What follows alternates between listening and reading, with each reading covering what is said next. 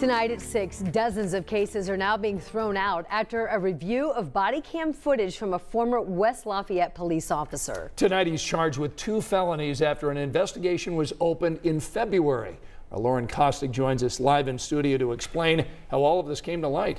Well, Ann and Scott, we know a special prosecutor filed those charges yesterday, and former officer Jacob Forgey is accused of faking a warrant to get into a frat house. The incident sparked a larger review of all of his cases, and today we got a copy of the body camera video from one case that's raising some questions.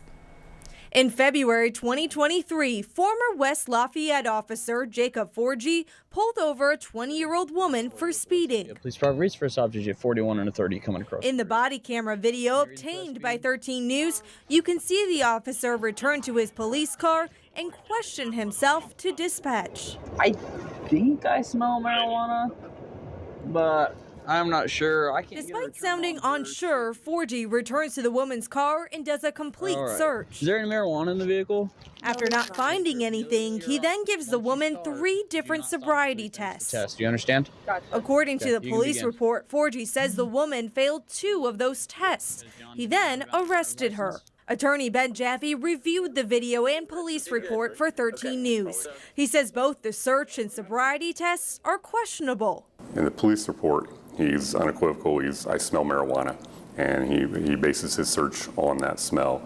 But in the video, it's clear that he's very uncertain about that. He says this makes the consent to search problematic. If he was in front of a judge and this is a suppression as to whether he had probable cause to search, and he answered that way in front of a judge, no judge is going to say that it was an appropriate search. The OWI arrest is one of dozens of cases flagged. In a statement, West Lafayette Police Chief said Officer Forgey resigned after we discovered actions and police violations that questioned his integrity and were inconsistent with our department's values and expectations. I'm glad it's looked into, but it's a big deal, and it's disappointing that this happened. Regarding the recent charges, Forgey's attorney sent me a statement saying they believe his actions were not criminal nor undertaken with criminal intent.